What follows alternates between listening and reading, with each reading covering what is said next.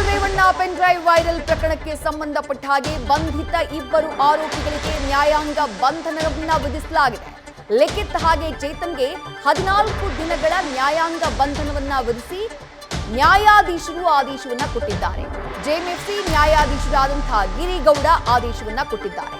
ಲಿಖಿತ್ ಹಾಗೆ ಚೇತನ್ ಇಬ್ಬರನ್ನೂ ಕೂಡ ವಶಕ್ಕೆ ಪಡೆದು ಅವರನ್ನ ತೀವ್ರ ವಿಚಾರಣೆಗೆ ಒಳಪಡಿಸಲಾಗಿತ್ತು. ಅದಾದ ನಂತರದಲ್ಲಿ ಅರೆಸ್ಟ್ ಮಾಡಿ ಮಹಜರಿಗೂ ಕೂಡ ಕರ್ಕೊಂಡು ಹೋಗಲಾಯಿತು. ಅವರವರ ಸ್ವಗ್ರಾಮಕ್ಕೆ ಪೆನ್ ಡ್ರೈವ್ ವಿಚಾರಕ್ಕೆ ಸಂಬಂಧಪಟ್ಟ ಹಾಗೆ ಅದಾದಂತಹ ನಂತರದಲ್ಲಿ ಸಂಜೆಯ ವೇಳೆಗೆ ನ್ಯಾಯಾಧೀಶರ ಮನೆಯಲ್ಲಿ ಅವರನ್ನ ನ್ಯಾಯಾಧೀಶರ ಮುಂದೆ ಹಾಜರುಪಡಿಸಲಾಗುತ್ತೆ. ಈ ಸಂದರ್ಭದಲ್ಲಿ ನ್ಯಾಯಾಧೀಶರು ಇಬ್ಬರೂ ಆರೋಪಿಗಳಿಗೆ ಲಿಖಿತ್ ಹಾಗೆ ಚೇತನ್ಗೆ 14 ದಿನಗಳ ನ್ಯಾಯಾಂಗ ಬಂಧನವನ್ನ ವಿಧಿಸಿ ಆದೇಶವನ್ನ ಹೊರಡಿಸಿದ್ದಾರೆ. ಜೆಎಂಎಫ್ಸಿ ನ್ಯಾಯಾಧೀಶರಾಗಿರುವಂತಹ ಗಿರಿಗೌಡ ಈ ಆದೇಶವನ್ನ ಹೊರಡಿಸಿದ್ದಾರೆ.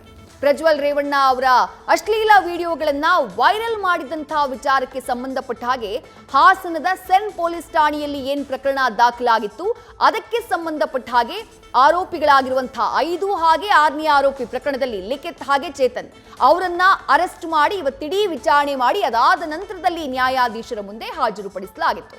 ಈಗ ನ್ಯಾಯಾಧೀಶರು 14 ದಿನಗಳ ನ್ಯಾಯಾಂಗ ಬಂಧನಕ್ಕೆ ಒಪ್ಪಿಸಿದ್ದಾರೆ.